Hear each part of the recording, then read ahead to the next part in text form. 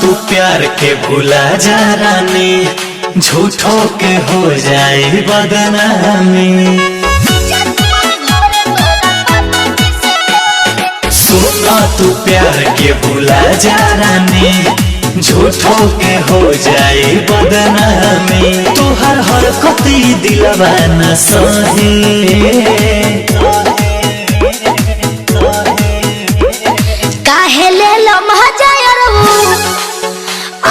छोड़े के जब जात बन घरे तोहरा पापा जी से कहे, काहे ले लो मजा यार वो छोड़े के जब जात बन घरे तोहरा पापा जी से कहे। ठीक है कहत रे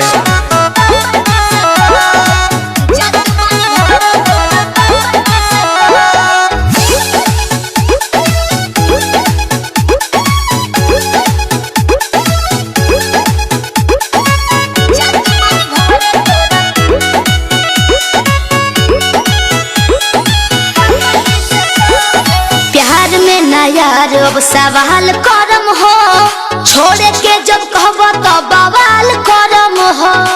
ऐसे कैसे छोड़ देब हो?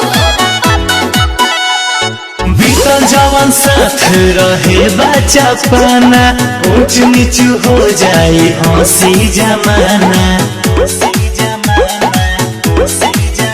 घूमे लगलो तू अब जाहे तो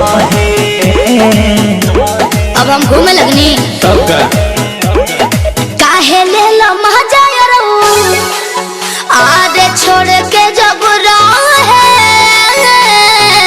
जात बन घरे तोहरा पापा जी से कहे, के तोहर बात लोग अखिया से ढोरे, जात बन घरे तोहरा पापा जी से कहे।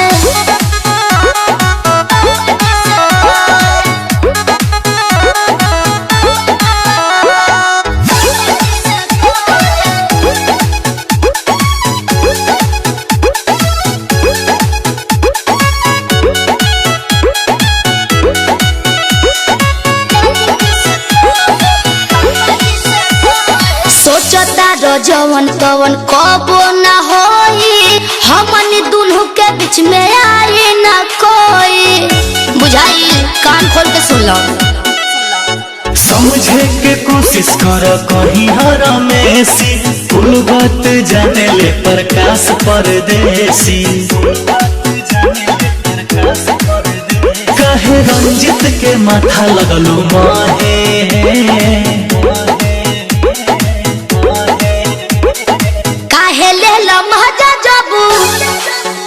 अरे छोड़े के जात बनी घरे तोरा डैडी जी से कहे, सुन के तोहर बात लोग अखिया से ढोरे, जात बनी घरे तोहरा पापा जी से कहे। घर से निकलवाइए देबे, साधारण मत बुझो।